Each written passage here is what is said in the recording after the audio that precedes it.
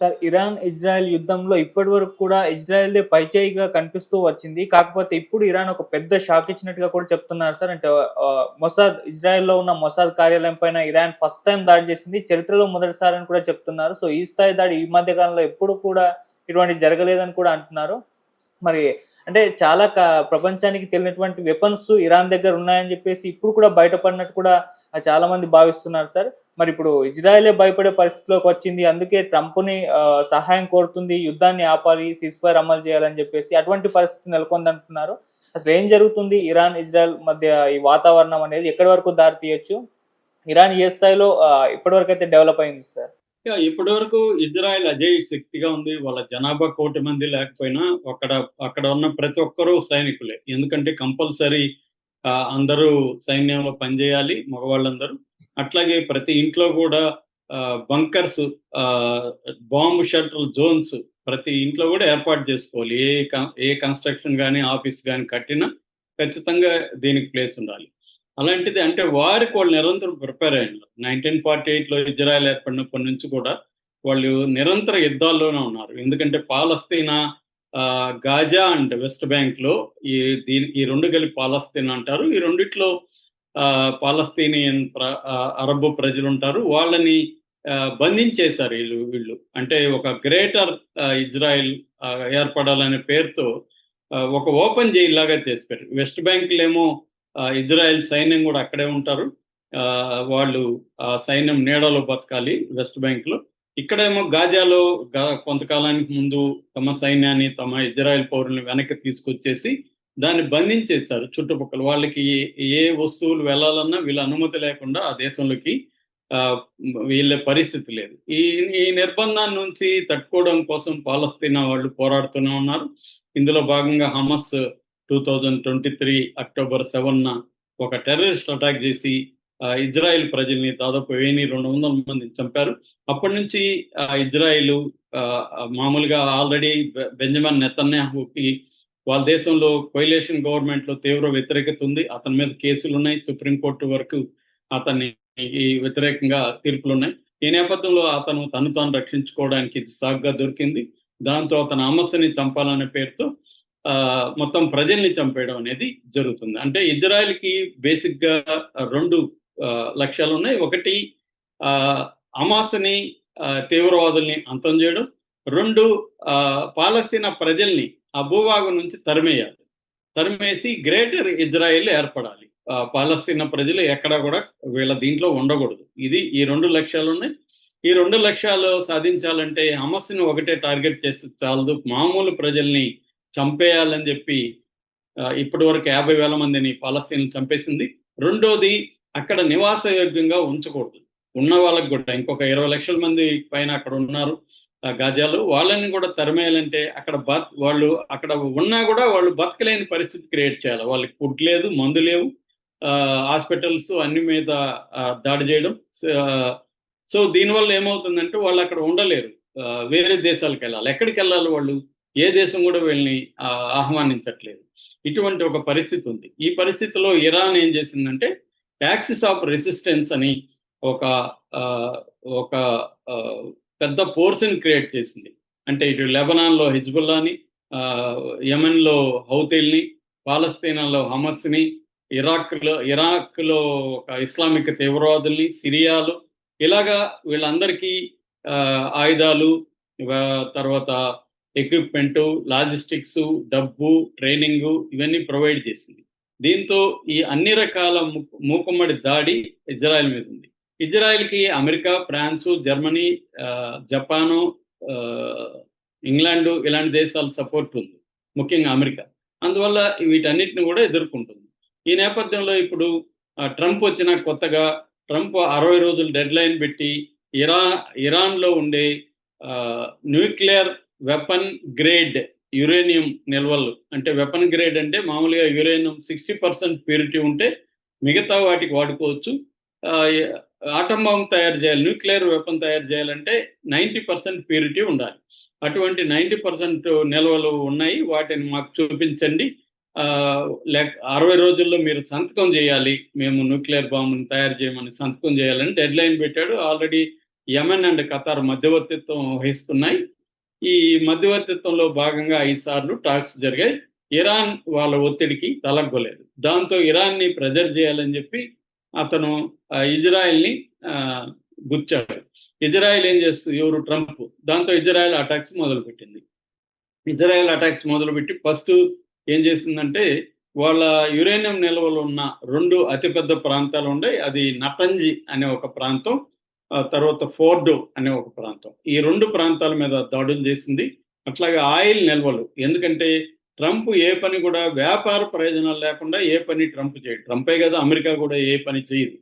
So Trump ఇంకా భయంకరమైన సొంతంగానే అతను పెద్ద వ్యాపారస్తుడు. సో చైనాకి ఇరాన్కి మధ్య మంచి సంబంధాలు ఉన్నాయి.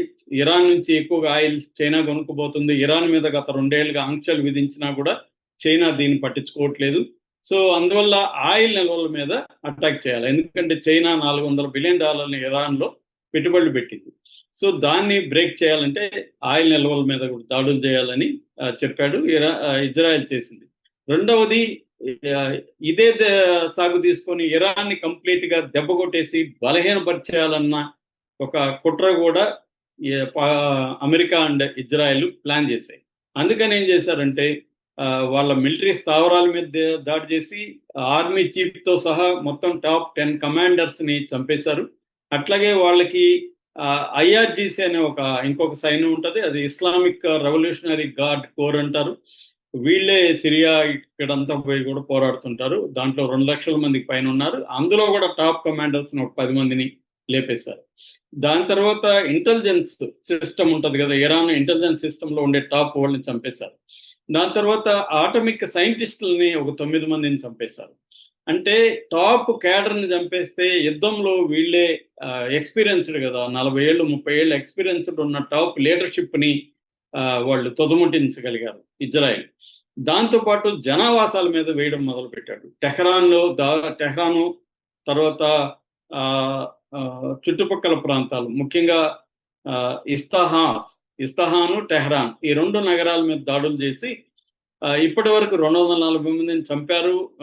దాదాపు 1400 మంది తీవ్రంగా గాయపడ్డారు. 1,00,000 మంది ఇండ్లు కోల్పోయినాయి. వాళ్ళు వెళ్ళిపోయారు, పారిపోయారు ఇండ్లు వదిలేసి. ఒక భయంకరమైన డిస్రప్షన్ అనేది జరిగింది. మొత్తం టెహ్రాన్ అంతా కూడా, టెహ్రాన్లో 1 కోటి మంది ఉంటారు. మొత్తం ఇరాన్లో 9 కోట్ల పాపులేషన్ ఉంటుంది. సో వాళ్ళు 73% అర్బన్ పాపులేషన్ ఇరాన్లో. సో ఈ అర్బన్ నగరాల మీద వీళ్ళు వేయడం వల్ల డిస్రప్టివ్ యాక్టివిటీ, అంటే రోడ్లు బ్లాక్ అయిపోయినాయి, పవర్ లేదు, ఇంటర్నెట్ పనిచేయదు, ఏవి లేవు. వాళ్ళ డిఫెన్స్ సిస్టమ్ ని బ్రేక్ చేసేసారు. అక్కడ మొసాద్ ఉంది, మొసాద్ జామ్ చేసేసింది. మొన్న టెహ్రాన్ ఎయిర్పోర్ట్ మీద దాడులు చేశారు. అక్కడున్న ఫైటర్ విమానాలంతా కూడా నాశనం చేశారు. సో ఇలాగా, అంటే F-14 ఫైటర్ జెట్స్ అక్కడ పెట్టున్నారు. ఆ F-14 ఫైటర్ జెట్స్ నాశనం చేశారు. ఇలాగా వాళ్ళు పెద్ద ఎత్తున ఇరాన్ మీద దాడి చేసేస్తారు. దీనికి ఇరాన్ ప్రతీకారంగా, ఇరాన్ కూడా ఇరాన్ దగ్గర ఇప్పటి వరకు ఎవరు ఊహించని రీతిలో ఆయుధాలు ఉన్నాయని చెప్తున్నారు. బాలిస్టిక్ మిసైల్స్ ఒక 3,000 ఉంటాయని చెప్తున్నారు. అవి కాకుండా క్రూయిజ్ మిసైల్స్ ఉన్నాయి, డ్రోన్స్ ఉన్నాయి, తర్వాత సూపర్ సోనిక్ వెపన్స్ ఉన్నాయి. వాళ్ళది ఫహాద్ అని, చదర్ 110 అని, ఇమాద్ అని, సెయిజే అని, ఖైబర్ అని, ఖుర్రం షాహ్ అని, ఇమద్ అని, షాహి అని, ఇలా సామర్ అని, అబుమద్ అని రకరకాల పేర్లతో ఉన్నాయి. ఇందులో ఇమద్, షాహి 3 అండ్ సెయిజీ, ఈ 3 కూడా ఈవెన్ న్యూక్లియర్ వెపన్స్ కూడా క్యారీ చేయగలిగిన ఒక పరిస్థితి.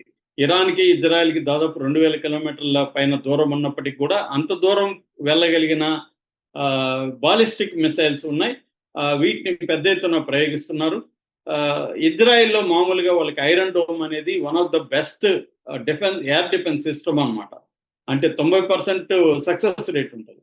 దాన్ని కూడా వీళ్ళు బ్రేక్ చేసి వాళ్ళ ఇజ్రాయెల్లో కూడా నివాసాల మీద, మిలిటరీ ఆఫీసుల మీద అటాక్ చేస్తున్నారు.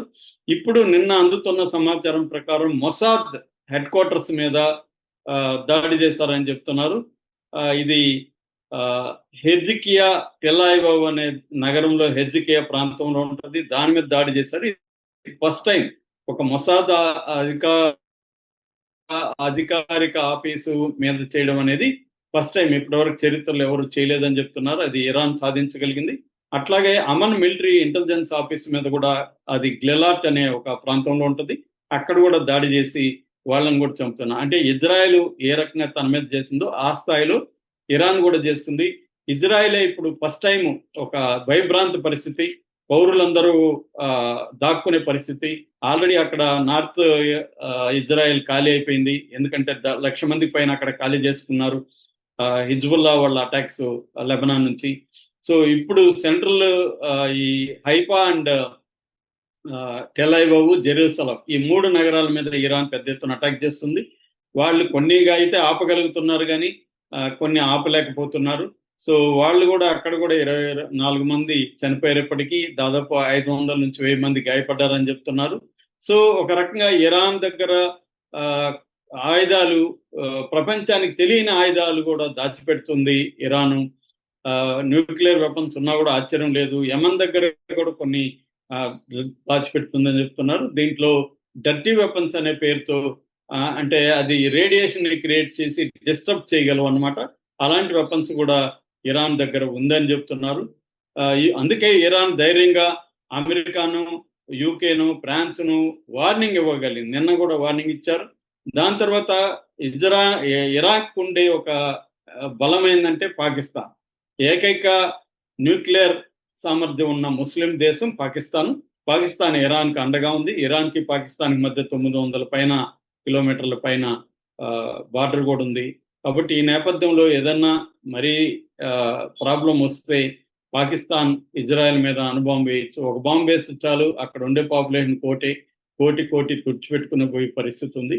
అందుకని ఇప్పుడు ఇజ్రాయెల్ ట్రంప్ని రిక్వెస్ట్ చేస్తున్నాడు, దీన్ని నువ్వేదన్నా చేసి యుద్ధం ఆపాలి, నువ్వే పెద్ద స్థాయిలో వాళ్ళని అటాక్ చేయి ఇరాన్ని అని అడుగుతున్నాడు. అందుకని ట్రంప్ కూడా తన వార్షిప్లంతా కూడా ముందుకు జరుపుతున్నాడు, ప్రిపేర్ అవుతున్నాడు. ఆల్రెడీ అక్కడ అర్ధాంతరంగా G7 దేశాల నుంచి వెళ్ళిపోయాడు ట్రంప్. సో ఇప్పుడు ట్రంప్ దగ్గర డర్టీ బాంబులు,